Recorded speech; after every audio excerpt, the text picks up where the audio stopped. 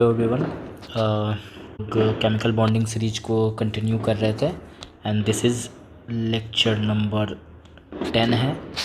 इससे पहले हम लोगों ने लेक्चर नंबर 9 में वेस्पर थ्योरी को किया था एंड इस थ्योरी को करने के दौरान हमने क्वेश्चंस भी किए थे कुछ। यहाँ पे हम देख सकते हैं कि लास्ट डे हम लोगों ने एक क्वेश्चन किया था कि how many pairs of the valence electron and required for the square pyramidal structure.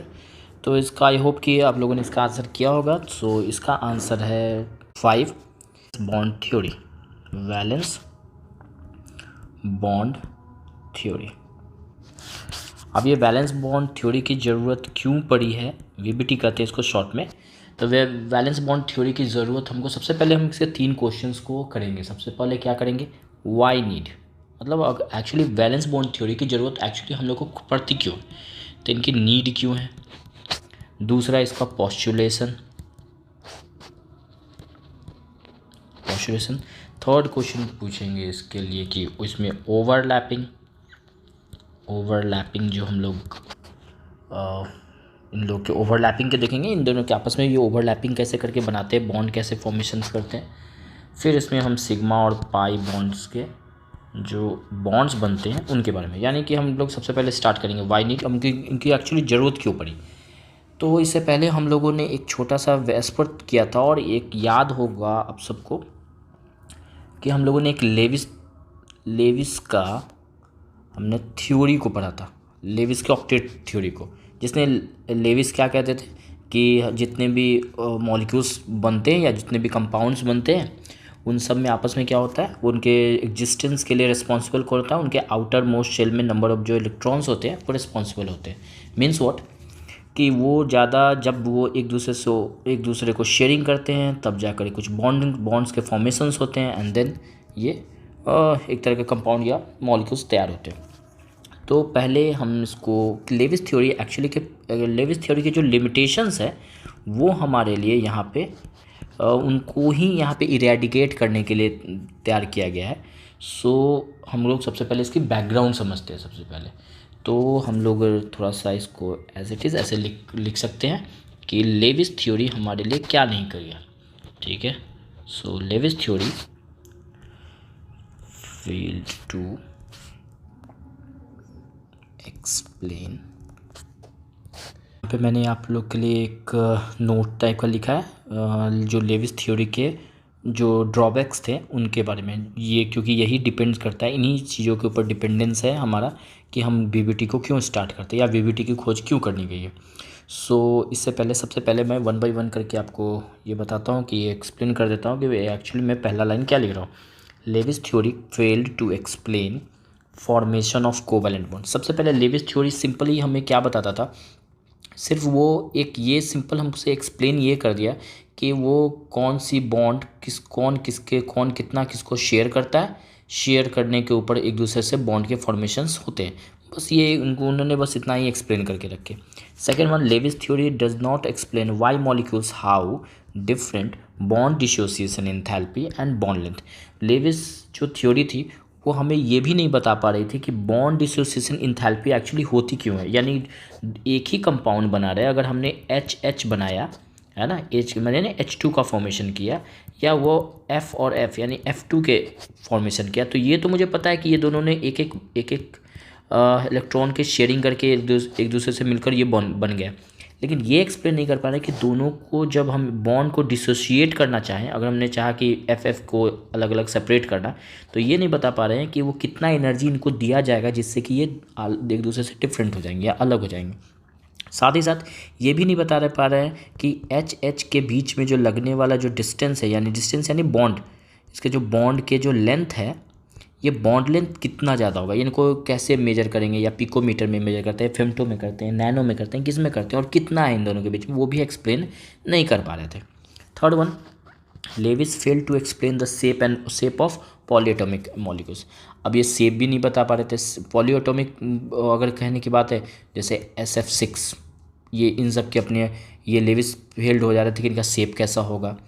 कोई भी और कंपाउंड BF3 ले रहे हैं, तो जो पॉलीएटॉमिक होते थे उन सब के ये एक्सप्लेन नहीं कर पा रहे थे कि शेप एक्चुअली होगा क्या। बस वो शेयरिंग ऑफ एक्चुअली बेसिकली कहा जाए तो लेविस सिर्फ इतना बता पा रहे हैं कि हम इलेक्ट्रॉन को शेयरिंग करेंगे तो वो कोवैलेंट बनेंगे। अगर वो कोई एक मॉलिक्यूल से जब वो अपना या एटम अपना इलेक्ट्रॉन दे देगा और दूसरा उसको एक्सेप्ट कर लेगा तो बॉन्ड के फॉर्मेशंस हो गए। या तो हम उसको शेयरिंग करके बॉन्ड के फॉर्मेशंस करते हैं, या पूरा का पूरा डोनेट करते हैं, या एक्सेप्ट करते हैं।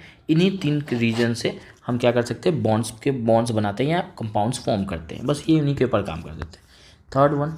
फोर्थ वन एक है valence shell electron pair repulsion, जिसमें अभी हमने जस्ट इससे पहले पढ़ा है, जो किसको डिफाइन करता है, हमारे लिए शेप एंड ज्योमेट्री को बताता है। ये नो डाउट कि ये बहुत अच्छा, अभी भी शेप और ज्योमेट्री को अगर अच्छे से आपको अगर एक्सप्लेन करना और सीखना है तो वेस्पर थ्योरी ही है जो हमें अच्छे से बता पाती है कि दो हमें डिसाइड करके बताता है कि किस तरह से कौन सी किस तरह के शेप ही है। लीनियर होगा, टेट्राहेड्रल होगा, ट्राइगोनल, बाई पिरामिडल होंगे शेप। ये बहुत अच्छे से एक्सप्लेन करते हैं। लेकिन वेस्पर थ्योरी जो थी वो हमें सिर्फ ज्योमेट्री बता रही थी, किसके लिए, सिंपल मॉलिक्यूल्स के, वो भी थ्योरेटिकली बता रही थी कुछ, है ना, बट लेकिन उसको एक्सप्लेन नहीं कर पा रही थी कि एक्चुअली पॉसिबिलिटी कैसे होता है, यानी पॉसिबल कैसे होते हैं।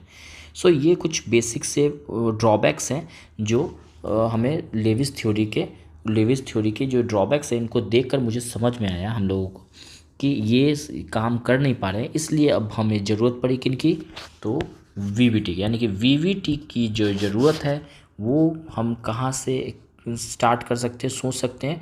तो लेविस के जो ऑक्टेट जो फेल हो जा रहा है, या वेस्पर जो आगे हमें डिसाइड नहीं कर पा रहा है ज्योमेट्री और शेप के अलावा और कुछ ज़्यादा थ्योरेटिकल के अकॉर्डिंग उसको हमें समझा नहीं पा रहा है वेस्पर थ्योरी, उन्हीं को इनके ड्रॉबैक्स को यहाँ पे ठीक करने के लिए हमें क्या चाहिए, valence bond theory.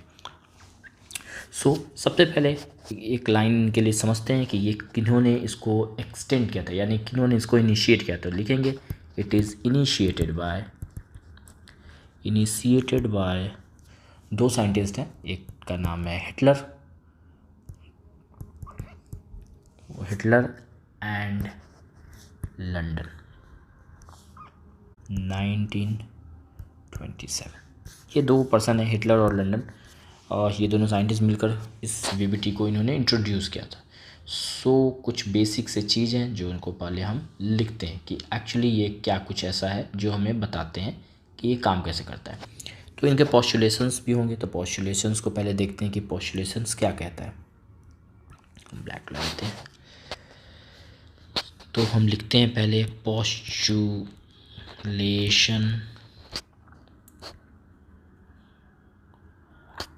Of VBT. तो 1 बाय 1 हम लिखते हैं, इसको एक्सप्लेन कर देते हैं।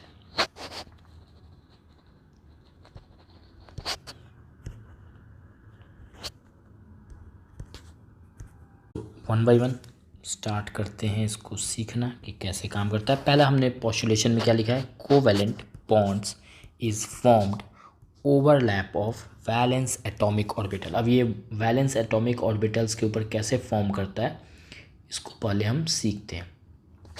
सबसे पहले ये वैलेंस इलेक्ट्रॉन किस तरह से काम करता है इसको हम समझाने की कोशिश करते हैं। उसको हम लोग समझते हैं कि ये एक हाफ फिल्ड ऑर्बिटल्स कुछ ऐसा है। अब ये कैसे फॉर्म होता है उसको हम अच्छे से समझा देंगे शेप एंड साइज को। अभी के लिए ये समझते हैं कि ये हाफ फिल्ड ऑर्बिटल्स है ना। अब ये दोनों एक दूसरे के पास आएगा और आराम से एक दूसरे से ओवरलैप कर जाएगा। अब ओवरलैप कर गया इसका मतलब क्या हुआ, इसके अंदर कितने हो गए, इसके है हाफ ऑर्बिटल से ये इसके हाफ ऑर्बिटल दोनों मिलकर क्या हो गया, एक दूसरे को कवर अप कर लिया। कवर अप कर यानी कि कुछ और ज़्यादा बेहतर तरह से दिखाएं तो ऐसे देख सकते हैं, इन दोनों में ऐसे बन गया। तो ये जो फील्ड दो जो हाफ और जो वैलेंस एटॉमिक ऑर्बिटल्स है जो कि हाफ फील्ड थे वो दोनों एक दूसरे से ओवरलैप करके यानी इलेक्ट्रॉन के क्लाउड्स ने ओवरलैप किया जिससे कि इन दोनों के बीच में क्या हो गया, बॉन्ड के फॉर्मेशन हो गए। ठीक है, तो ये बॉन्ड के फॉर्मेशन इनमें ऐसे होते हैं। अब दूसरा क्या करता है कि electrons in the overlapping orbitals pair up and form the bond. Simple सी बात है, इन्हीं बातों को हमने एक्सप्लेन कराया है यहाँ पे कि ये दोनों जो इलेक्ट्रॉन्स होते हैं इनके अंदर इलेक्ट्रॉन्स होते हैं वही एक दूसरे को क्या करते हैं, पेयर अप करते हैं। लाइकवाइज H2 को अगर फॉर्मेशन करना है तो H और H के बीच में बॉन्डिंग किस तरह से काम करेगा, H का जो S ऑर्बिटल्स होते हैं जो S ऑर्बिटल्स है ये दोनों एक दूसरे को क्या करेंगे, ओवरलैप करेंगे और ओवरलैप कर एक ग्रे एरिया फॉर्म करेंगे। इसी ग्रे एरिया को हम कुछ इस तरह से शो ऑफ कर देंगे, यानी यहाँ एक इलेक्ट्रॉन था, यहाँ भी एक इलेक्ट्रॉन था, दोनों एक दूसरे से मिलकर इस तरह से फॉर्म कर गया। ठीक है, greater extent of covalent stronger the bond formation. अब ये ग्रेटर एक्सटेंट और ये जो क्या करना है, इसका सिंपल सा मीनिंग क्या है कि अब ये जितना ज़्यादा अच्छे से एक दूसरे के ऊपर ओवरलैप करेगा उतना बेहतर बनेगा। अब सोच के देखो, अगर एक इस तरह का डंबल शेप्ड है और एक इस तरह का है,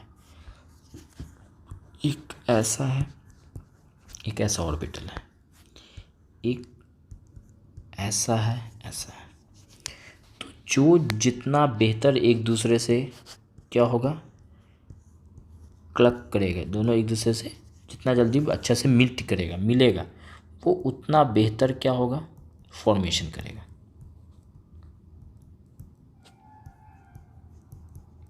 ठीक है, सो ये जितना एक दूसरे से ज़्यादा एक दूसरे के ऊपर ओवरलैप करेंगे उतना बेहतर इनके क्या होंगे, बॉन्ड के फॉर्मेशंस होंगे। तो ये कुछ पॉस्टुलेशंस हैं जिनको वीबीटी में हिटलर और लंदन ने समझाया था।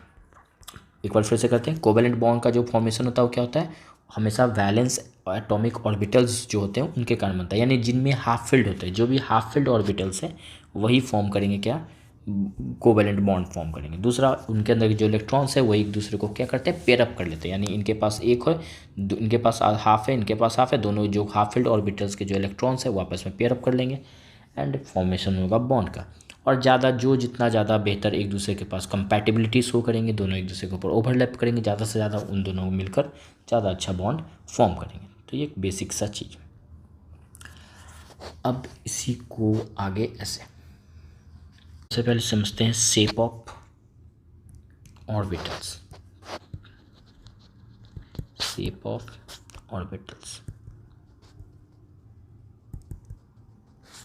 किस किस तरह के शेप्स होते हैं वो समझते हैं। तो सबसे पहले जो एस ऑर्बिटल्स होते हैं को हम एक्सिस पे अगर हम डिनोट करें तो कुछ इस तरह से दिखाएंगे। अगर पी ऑर्बिटल्स को दिखाएं तो कुछ इस तरह से होते हैं, एक एक्स एक्सिस के लॉन्ग, एक वाई एक्सिस के लॉन्ग और एक जेड एक्सिस के लॉन्ग। अगर इसको हम एक्स मेजर करें, इसको वाई करें, ठीक है, और इसको जेड करें, इसको हम कह दें वाई, इसको कह दें एक्स, ये भी वैसे वाई, ये एक्स और ये जेड, तो इसको हम कहेंगे पी एक्स, इसको कहेंगे पी वाई के अकॉर्डिंग और ये पी जेड। एस ऑर्बिटल्स के कोई डायरेक्शन, ये नॉन डायरेक्शनल होते हैं, ये नॉन डायरेक्शनल होते हैं। सो इनके बारे में बात अभी नहीं करें, ये पूरे के पूरे इस तरह से कवर अप किए रहते हैं। ठीक है, अब ये इस तरह के शेप को हम क्या कहते हैं, डम्बल शेप।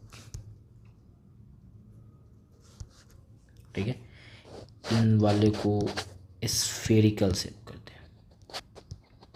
तो स्फेरिकल जो शेप है वो किनके हैं, एस ऑर्बिटल्स के। और पी वाले के क्या है, पी ऑर्बिटल्स के कैसे होंगे, तो डम्बल होंगे। ठीक है, तो ये थोड़ा बेसिक सा रूल है। नेक्स्ट वन, कभी कभी देखिएगा इसको हम लोग एक्सप्लेन करना जो होगा हम लोग ऐसे भी एक्सप्लेन करते हैं, जैसे overlapping of orbitals are understood by giving plus and minus sign phase, इसको फेज भी कहते हैं कभी कभी, and direction of orbital wave function. अब ये कभी कभी क्या होगा कि हम लोग जब शेप लिखते हैं, जैसे एक मैंने ये डम्बल शेप लिखा है और एक मैंने इस तरह का ये एस लिखा, यहाँ पे मैंने प्लस दिखाया, यहाँ पे प्लस दिखाया, यहाँ माइनस दिखाया, तो ये क्या शो कर, जो साइन होगा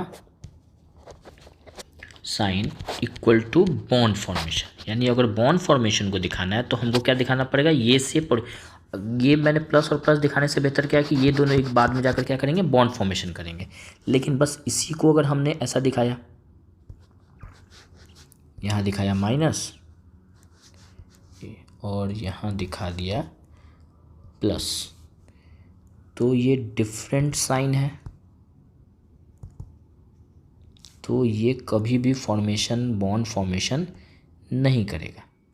तो ये एक तरह से जो ओवरलैपिंग जो हम ऑर्बिटल को दिखाते हैं कि किस तरह से ओवरलैप करते हैं एक दूसरे से, तो उनको हम लोग प्लस माइनस साइन देते हैं। जैसे सेम साइन होगा तो ऑब्वियसली बॉन्ड के फॉर्मेशन, तो अभी कोई ज़रूरत नहीं है कि यहाँ पे प्लस प्लस ही हो, मे भी हम इसको ऐसे भी दिखा सकते हैं माइनस और इसको भी दिखा देंगे माइनस, तब भी एक दूसरे के क्या करें, ये क्या करें, तब भी अभी सेम साइन है क्योंकि यहाँ प्लस है और यहाँ क्या है, माइनस माइनस है। तो सेम साइन होना चाहिए। सेम साइन शो कर रहा है कि दोनों के बीच में क्या हो रहा होगा, बॉन्ड का फॉर्मेशन हो रहा है। ओके, डिफरेंट साइन का मतलब क्या है, बॉन्ड का फॉर्मेशन नहीं हो रहा। तो ये थोड़ा बहुत समझने का तरीका है। यहाँ पे एक हम नोट लिख दे रहे हैं। नोट में हमें क्या ध्यान रखना है, ये कोई चार्ज नहीं है, तो positive and negative sign are not charge. ये कोई चार्ज नहीं है, बस ये डायरेक्शंस को दिखाता है कि वो कौन किसके तरफ आ रहा है और बॉन्ड के फॉर्म आ रहा है। They are just meant to differentiate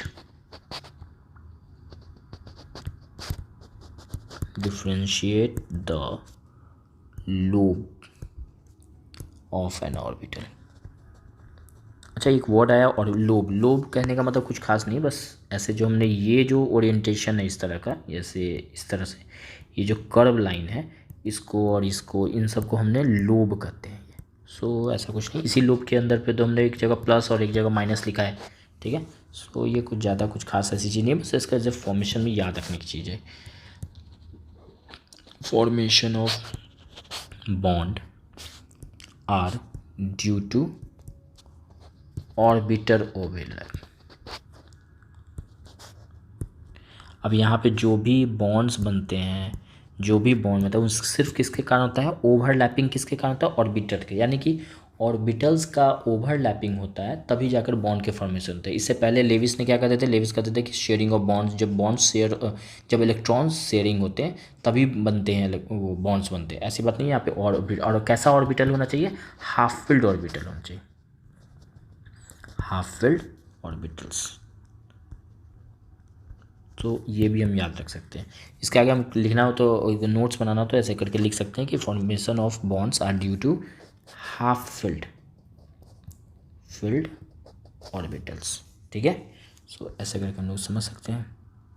next है, अब हम पढ़ते हैं कितने तरह के बॉन्ड्स के फॉर्मेशंस हो सकते हैं।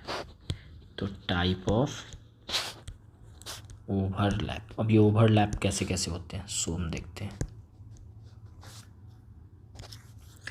तो कोवैलेंट बॉन्ड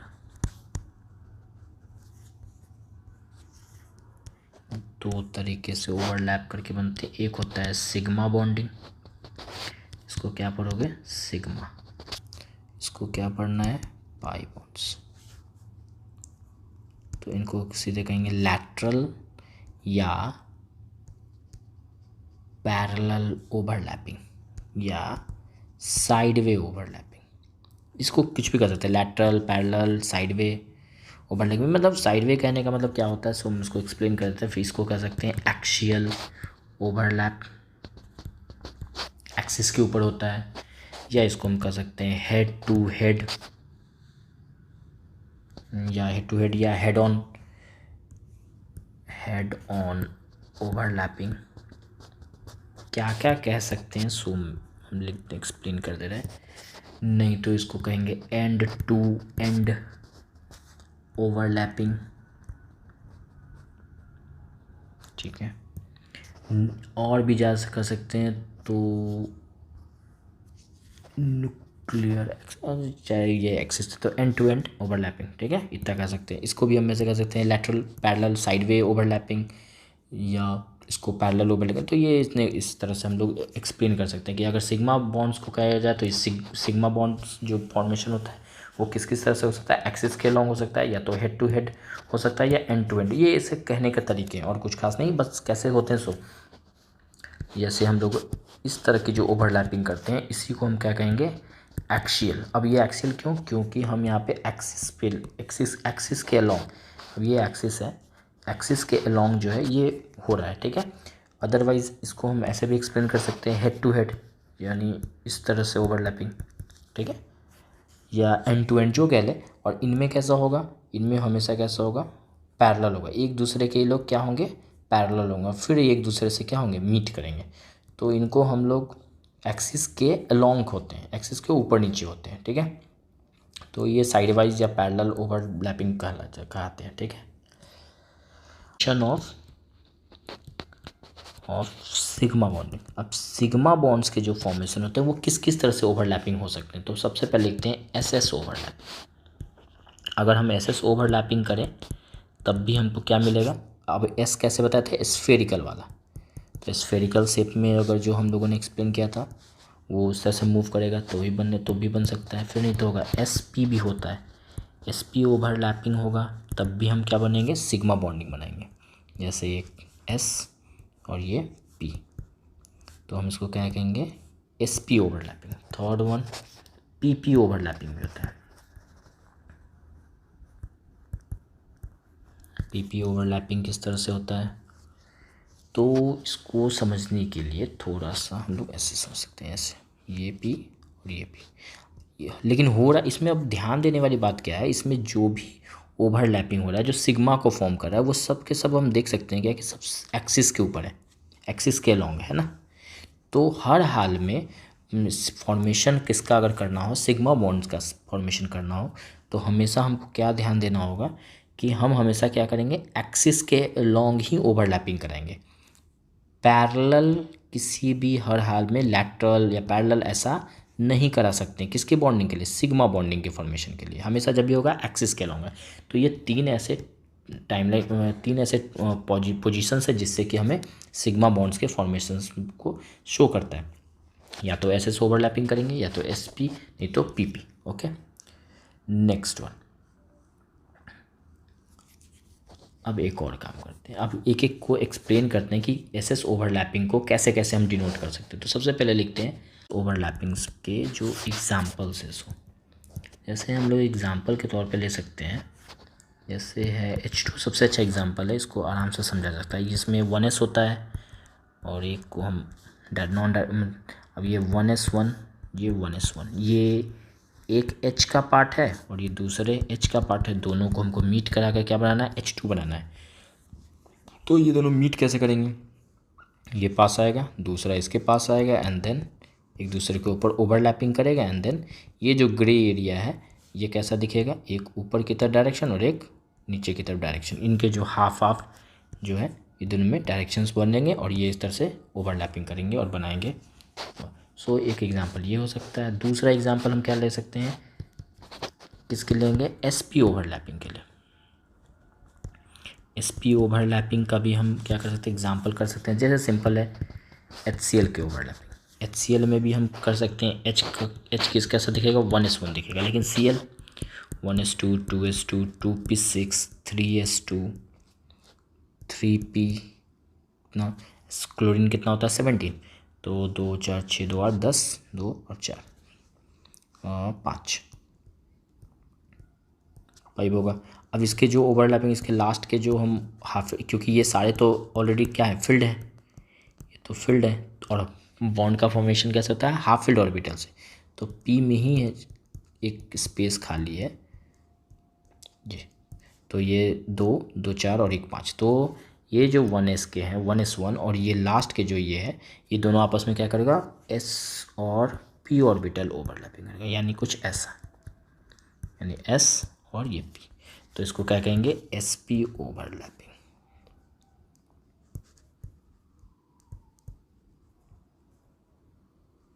ओके, नेक्स्ट है एक, हम लोग pp ओवरलैपिंग भी देख लेते हैं। थर्ड वाला क्या है, pp ओवरलैपिंग। कैसे दिखेगा ओवरलैप, इसका सबसे एग्जाम्पल F2 का फॉर्मेशन देख सकते हैं। एक एफ का ये और एक एफ के ये। एफ में भी वैसा ही कुछ है, 1:2, 2:2, 2p 5, 1:2, 2:2, 2p 5। p में ही space half filled orbital present है ये वाला, और इस ये भी p है, तो ऑब्वियसली इनके साथ भी सेम वैसा ही वाला है ये वाला। अब ये दोनों आपस में ओवरलैपिंग करेगा और वो क्या बनाएगा, कुछ इस तरह के फॉर्मेशंस करेगा, तो ये पी ओवरलैपिंग। तो ये तीनों ही कंडीशन में सारे के सारे जो है सब क्या है, एक्सिस के अलॉन्ग है, सब क्या है, एक्सिस के अलॉन्ग है। तो जब एक्सिस के अलॉन्ग होगा तो किनका फॉर्मेशन होगा, तो ये सारे ही फॉर्मेशन किसको करेंगे, सिग्मा बॉन्ड्स को फॉर्म करेंगे। ओके, तो ये सारे के सारे एग्जाम्पल है जो हम समझ सकते हैं। अब नेक्स्ट है पाई को समझते हैं कि पाई बॉन्डिंग्स के कैसे होते हैं। ये पाई बॉन्ड्स के फॉर्मेशन, पाई बॉन्ड की जो होगी उसमें पीपी ओवरलैपिंग तो होगा, पीपी इसमें भी पीपी ओवरलैप, लेकिन क्या होगा, साइड वेज होता है, साइड वेव टाइप का होगा ओवरलैपिंग। अब ये ओवरलैपिंग साइड वे कैसा होगा, तो कुछ खास नहीं, एक्सिस के ऊपर और नीचे, एक्सिस के ऊपर नीचे, तो ये साइड वाइज है। तो एक दूसरे के बीच में जो फॉर्मेशंस होंगे, जो शो होगा, ये जो एक दूसरे के पास आएगा एक डिस्टेंस तक, तो इन दोनों से क्या हो रहा है, पाई बॉन्ड्स के फॉर्मेशन हो रहे हैं। ओके, और इनके जो इलेक्ट्रॉन्स होते हैं, ऐसा देखा गया कि इनके जो इलेक्ट्रॉन के क्लाउड्स होते हैं ये एक्सिस के ऊपर और नीचे होते हैं। ओके, तो ऐसा इसको पी साइड वाइज इस तरह से होता है। इसके कुछ एग्जांपल्स भी कर सकते हैं, जैसे मेरे एक एग्जांपल सबसे चले थे, एग्जांपल को देखकर समझते हैं। C2H4 इसका नाम क्या होता है, इथीन है। अब अगर इसके हम स्ट्रक्चर बनाएंगे तो क्या बनाएंगे, C2 है, तो हम क्या ले सकते हैं, ऐसे ले सकते हैं, और उसको हम ऐसे दिखा सकते हैं, एक C का ऐसा स्ट्रक्चर, एक ऐसा, सेंट्रल एटम की बात कर रहे हैं। तो अब हम इसमें देखेंगे क्या, कार्बन कैसा होता था, C, कार्बन के लिए क्या हो, 1:2, 2:2, 2p2। दूसरा कार्बन क्या होगा, 1:2, 2:2, 2p2।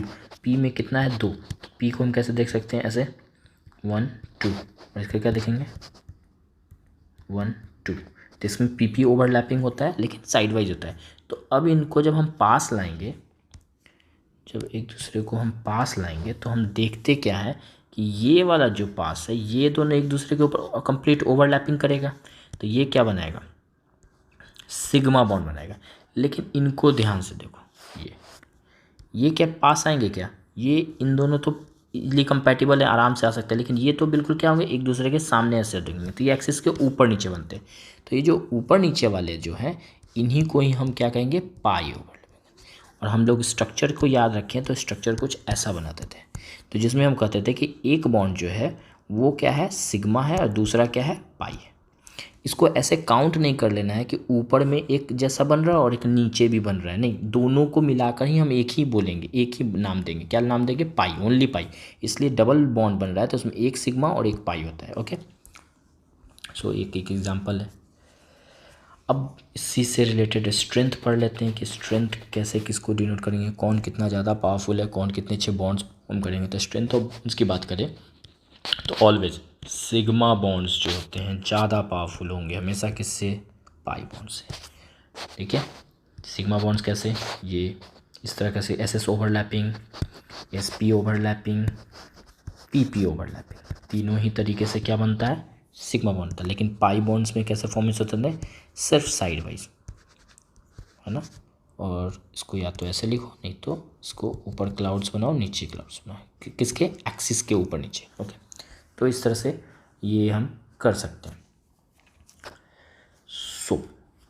अब आगे देखते हैं, इनके हम समझ तो गए कि सिग्मा और पाई के बीच का किस तरह से ये एक दूसरे से फॉर्म करते हैं। अब हम कुछ डिफरेंसेस देख लेते हैं कि दोनों के बीच में डिफरेंस क्या होता है। तो डिफरेंस लिखिए, difference between sigma and pi. एक एक तरीके से हम दोनों के बीच का डिफरेंस लिखकर हम उसको एक्सप्लेन कर देते हैं पहले। So end to.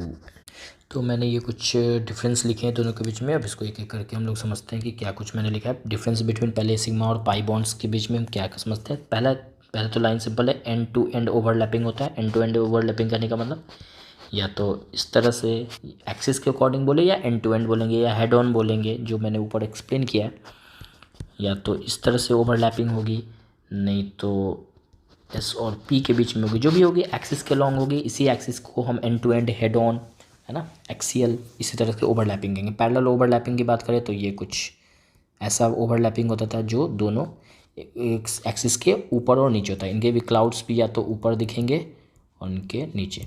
इसमें जो क्लाउड्स होता है वो सिंगल होता था, लेकिन इसमें क्लाउड्स देखोगे एक से ज़्यादा होता है क्लाउड्स ना। एक्सिस के ऊपर एक क्लाउड बनेगा, नीचे, क्योंकि ऊपर इस लाइन के ऊपर मिक्स हो रहा है या नीचे मिक्स हो रहा है, इसलिए। दूसरा, इसमें single electron cloud present, same वही बात को मैंने रिपीट कर रहा है कि इसमें क्या होगा, सिंगल इलेक्ट्रॉन के क्लाउड्स होते हैं और जो कि सिमेट्रिकल होंगे।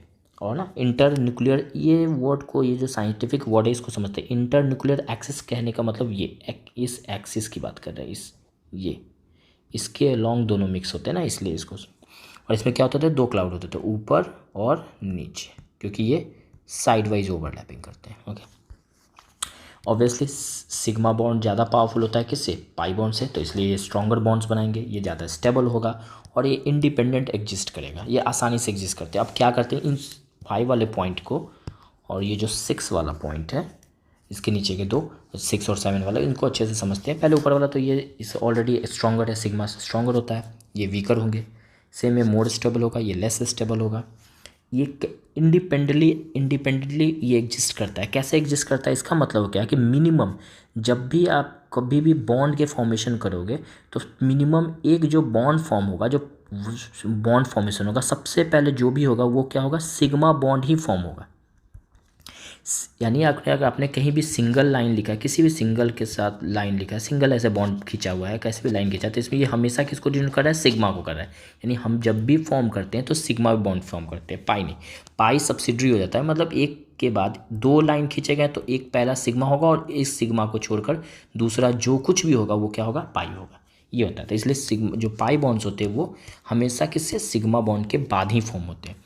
और हाइब्रिडाइजेशन, इसको हम आगे एक्सप्लेन करेंगे नेक्स्ट टॉपिक के रूप में, लेकिन अभी के लिए समझते हैं हाइब्रिडाइजेशन जो होता है वो डिपेंड्स करता है किसके ऊपर, सिग्मा बॉन्ड के ऊपर। यानी कि सिग्मा बॉन्डिंग ही डिसाइड करेगा हाइब्रिडाइजेशन को, ना कि पाई बॉन्ड। ठीक है, ये पाई बॉन्ड। हाँ, फ्री रोटेशंस क्या होता है, इसको समझने के लिए हम ऐसे समझते हैं। फ्री रोटेशंस की बात कर रहे हैं, फ्री रोटेशंस। फ्री रोटेशन मतलब जब हम एक सिंगल लाइन ऐसे ड्रॉ कर रहे हैं एक्सिस के, तो एक्सिस के इस साइड पे और इस साइड पे क्या होते हैं, दो एटम्स, वो जो हाफ फील्ड ऑर्बिटल्स होते हैं जो आपस में मिक्स करते हैं, तो इनका रोटेशन हम टॉप टू बॉटम भी कर सकते हैं, या इनको अलग तरह से मूव करा सकते हैं और इनको नीचे की तरफ मूव, जिसमें एक्सिस का कोई रोल नहीं होता। एक्सिस के दोनों एंड पे हैं तो ये आराम से फ्री टू मूव है। लेकिन ये किसकी बात कर रहे हैं, हम सिग्मा की बात कर रहे हैं। लेकिन वही अगर हम पाई बॉन्ड में देखें तो यहाँ तो दो लाइन खींचे जाते, एक सिग्मा खींचेगा और एक क्या होगा, पाई होगा। तो जब इन दोनों को अगर हम फ्री में रोटेशंस कराने की कोशिश करेंगे अगर इंडिपेंडेंटली, तो हम क्या देखेंगे, क्या कि ये एक दूसरे से क्या हो जाएंगे, ओवरलैप कर जाएंगे। जैसे एक को अगर हम दो पेन को, कभी कभी क्या करना है, सबसे अच्छा है कि खुद से करके देखिएगा, एक पेन ऐसा ले लेते हैं, दूसरा एक पेन ऐसा ले लेते हैं और दोनों को हाथों के बीच में रख लेते हैं और हाथों को, और एक को हाथ को नीचे की तरफ मूव कराते हैं, एक हाथ को ऊपर की तरफ मूव कराते हैं। तो जब वैसे ही मूव कराएंगे तो देखेंगे क्या कि एक जो पेन होगा वो एक दूसरे के ओवरलैप कर जाएगा और एक दूसरे को क्रॉस करने जैसा हो जाएगा। कभी इसको करके देखिएगा, करके देखने से पता चलेगा ये ज़्यादा। तो ये कुछ वैसा ही होता है कि अगर सिंगल लाइन खींचा हुआ है तो आसानी से इसकी वो रोटेशन, दोनों हाथ को, जो दोनों हाथों को एक साइड में रखेंगे, इस पेन के बीचों में, दो हथेली के बीच में, पाम के बीच में एक पेन को ऐसे रखना है और दोनों को, एक हाथ को टॉप टू बॉटम और एक को बॉटम टू टॉप ऐसे मिक्स करना है, हाथ को ऊपर नीचे घुमाना है, तो इससे आसानी से मूव करता हुआ दिखेगा। लेकिन यही अगर हम दो पेन के साथ करेंगे तो ये एक दूसरे के ऊपर क्या करेगा, ओवरलैप कर जाएगा। सो इसी को हम फ्री रोटेशन कहते हैं, जो पॉसिबल होता है सिग्मा के साथ जो कि सिंगल बॉन्ड है, और ये फ्री रोटेशंस को पॉसिबल नहीं बनाता है। तो यही सब कुछ छोटे छोटे पॉइंट्स है। इस आई होप कि इसमें थोड़ा बहुत समझ में आया होगा। नहीं समझ में आया तो इसको फिर से वीडियो को फिर से एक से ज़्यादा बार देखिए और इसको बुक से भी रीड करके कोशिश करें इसको समझने की। सिंपल अगर ओवरऑल की बात करें, वीबीटी की बात करें, तो वीबीटी हमें सिर्फ क्या बता रहा है, समराइज करें अगर वीबीटी को, तो वीबीटी हमें सिर्फ पॉसिबिलिटी दिखा रहा है किसके लिए, सिग्मा ओवरलैपिंग को कैसे फॉर्मेशन होता है और पाई ओवरलैपिंग यानी पाई सिग्मा बॉन्ड और पाई बॉन्ड के को कैसे प्रिपेयर किया गया है, कैसे एक दूसरे को एक्सप्लेन किया गया है, इसी बातों को वीबीटी हमें बताता है। इसके जस्ट बाद हम लोग स्टार्ट करेंगे हाइब्रिडाइजेशन और वो ज़्यादा क्लियर करेगा कि ये वीबीटी को कैसे पास ऑन करता है। ओके, सो तब तक के लिए आप इस वीडियो को कंटिन्यू देखिए, ऊपर से नीचे को एक दो को इसके नोट्स बनाइए। तब तक के लिए हम आगे नेक्स्ट डे आगे इसको कंटिन्यू करेंगे। तब तक के लिए कीप रीडिंग, कीप स्टडिंग।